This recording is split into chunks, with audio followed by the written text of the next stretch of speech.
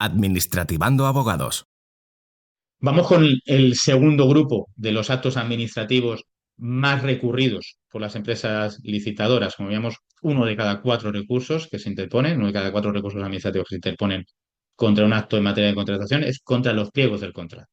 ¿Bien? Los pliegos del contrato son la ley del contrato, como vamos a ver. Según están redactados los pliegos, luego ya eso influye mucho no solo en la adjudicación, sino en la ejecución del contrato, de las obligaciones que se le dan al adjudicatario del contrato. Y por lo tanto, los pliegos es una parte importantísima del contrato y por lo tanto también son objeto de muchos recursos administrativos. Recuerdo un 25% según las estadísticas de la Eurescon de los recursos administrativos que se interponen en España es contra los pliegos del contrato. Como hemos hecho antes con la adjudicación, vamos a valorar un poco el marco normativo de los pliegos del contrato. Ahí acudimos al artículo 122, que regula los pliegos de cláusulas administrativas particulares, es decir, que deben aprobarse antes de la licitación, solo pueden modificarse si hay un error claro, un error material, de hecho aritmético, y pueden establecer penalidades, obligaciones esenciales para los adjudicatarios y condiciones especiales de ejecución. Ahí están las cláusulas sociales, medioambientales y de otras características. Y el artículo 124, que regula los pliegos de prescripciones técnicas, que define esas prescripciones técnicas, las características técnicas que va a tener la prestación y las condiciones sociales y ambientales de la prestación. El artículo 145 establece, ya lo hemos visto antes, los criterios de adjudicación. ¿Por qué lo traemos a este marco cuando hablo de los pliegos? Porque deben estar vinculados al objeto del contrato y deben estar incluidos dentro de los pliegos. Es decir, los licitadores ya tienen que saber, una vez leyendo los pliegos, qué es o cómo se les va a valorar las ofertas que presenten a esta licitación.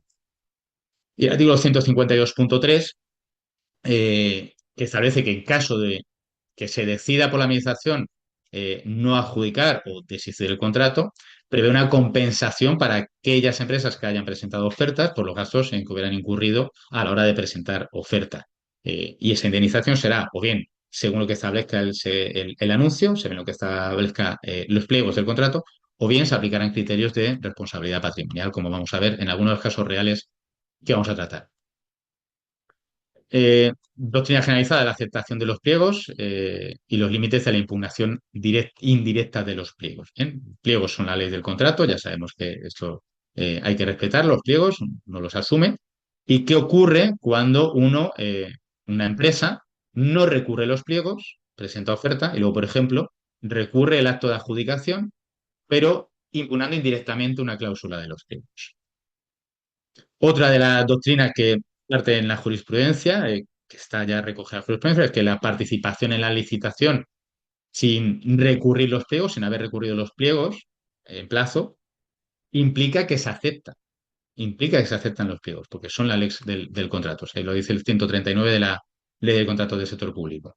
Y con respecto a la impugnación indirecta que veíamos antes, es decir, recurrir los pliegos, pero no recurriendo los pliegos, sino recurriendo el acto de adjudicación o el acto de exclusión, pero basado en una ilegalidad o supuesta ilegalidad de los pliegos, esa impugnación indirecta solo se admite en supuestos de nulidad de pleno derecho, es decir, nulidad radical, o bien cuando la cláusula que esté recogida en los pliegos y que se impugna indirectamente sea absolutamente incomprensible para un licitador diligente. Ahí opera el principio de transparencia de la contratación pública, que además está directamente relacionado con el de libre concurrencia e igualdad de los licitadores. Vamos con casos reales. Aquí tenemos un caso de la Sala de lo Contencioso Administrativo del Tribunal Superior de Justicia de la Comunidad Valenciana de este año, un caso también muy reciente, un contrato de alumbrado público. ¿Qué hace el Tribunal Valenciano? Pues confirma la exclusión de una empresa por superar el límite de baja temeraria del 25% que fijaba el pliego. Aquí lo que hace la sala es rechaza la impugnación indirecta de la cláusula porque no se recurrió en plazo. Es decir, una empresa no recurre esa cláusula de baja temeraria del 25% que fijaba el pliego, no lo recurrió, la acepta, presenta su oferta y luego cuando se le excluye porque su baja es temeraria, en base a esta cláusula del 25% del pliego, la empresa recurre la exclusión, pero basa su recurso en impugnar esta cláusula del pliego.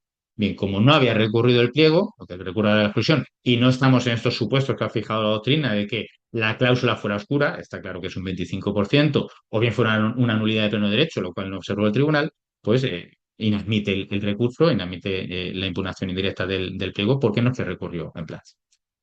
Otro caso, esta vez también de un Tribunal Superior de Justicia de Castilla y León, es una sentencia de 2024 en un contrato de obras. Lo que hizo el Tribunal Superior de Justicia de Castilla y León es validar la exigencia de inscripción en el registro oficial de licitadores y de empresas clasificadas, esa exigencia de estar inscrito, en la forma prevista en el pliego. El pliego lo que establecía es que la empresa licitadora tenía que estar inscrita a la hora de presentar la oferta. Bien. Eh, Eso es lo que establecía esa exigencia de estar ya inscrito, es decir, no simplemente de haber solicitado la inscripción, sino de estar ya inscrito en el registro, es lo que establecía el artículo 159.4 en el momento, el texto que tiene el 159.4 en el momento de la licitación. Bien. Sin embargo, este artículo 159.4 luego fue modificado y no exige y que ya uno esté inscrito en el ROLECE. Lo que exige es que esté inscrito o bien puede permitirse que se aporte la solicitud de inscripción aunque la inscripción no se haya materializado. Pero ese es el texto actual del artículo 159.4. No es el texto del 159.4 de la ley que estaba vigente en el momento de la licitación, que el Tribunal Superior de Justicia de Castellón rechazó que tuviera que aplicar una retroactividad de norma favorable y, bueno, pues validó esa exigencia y validó y confirmó la exclusión de la empresa licitadora a este contrato de obras. Sobre la validación de criterios técnicos y económicos que se prevén en los pliegos y que deben cumplir las ofertas, tenemos esta sentencia de 2021, esta vez desde la Sala de lo Contencioso Administrativo de la Audiencia Nacional. En ella lo que hace es validarse criterios que valoran el número de trabajadores adicionales, la experiencia adicional que tenían esos trabajadores o titulaciones específicas del personal adscrito, porque estaba directamente relacionado con la complejidad técnica del contrato. ¿Cuál era el problema aquí? Era un contrato de servicios, de asistencia técnica e informática. Bueno, se impugnan los pliegos porque a la empresa no le venían bien estos criterios en el que se valoraran trabajadores adicionales o con experiencia adicional. Es decir, se establecía una serie de trabajadores, una experiencia mínima que tenían que tener o unas titulaciones específicas del personal, pero los pliegos establecían que podría haber una valoración adicional de puntuación si había trabajadores adicionales, una experiencia adicional que establecía. Esto fue impugnado, pero la Sala del Contencioso Administrativo de la Audiencia Nacional en 2021 que dice que el establecer esos criterios de puntuación extra cuando hay trabajadores adicionales o una experiencia adicional o titulaciones adicionales a las que se requieren es algo que está directamente relacionado con la complejidad técnica del contrato, que, como decía, era un contrato de asistencia de servicios informáticos. Si no recuerdo mal, la Agencia Estatal de Administración Tributaria. Y validó estos pliegos a pesar de que fueron impugnados. Otro caso, este del Tribunal Supremo, también de este año, también recentita esta sentencia de 23 de febrero de 2026, confirmó la validez de los criterios económicos que se habían incluido en un pliego, que unos criterios económicos que establecen unos umbrales de saciedad. Como sabéis, ese límite, los umbrales de saciedad es ese límite a partir del cual no se otorgan más puntos por mucho que mejores el precio, es decir, por mucho que sigas bajando el precio ya no se te van a otorgar más puntos, puedes tirar el precio todo lo que quieras, pero no se te van a otorgar más puntos, estos son los umbrales de saciedad. Y el Tribunal Superior confirmó este criterio económico, siempre y cuando, y en este caso así lo advirtió, estén justificados por la complejidad del contrato, por el objeto del contrato, y esa justificación esté debidamente motivada en el expediente de contratación y que esté vinculado al objeto, y respeten la igualdad, los principios, los sacrosantos principios de igualdad y proporcionalidad. Es decir, que con esto no se adultere la competencia. Bien. Esta es la doctrina que establece el Tribunal Supremo con estos umbrales de saciedad. Ya es una sentencia, ya esto es una doctrina de los umbrales de saciedad que viene de hace unos años, pero como vemos, el Tribunal Supremo en casación sigue reiterándola y sigue matizándola con esta sentencia de este mismo año.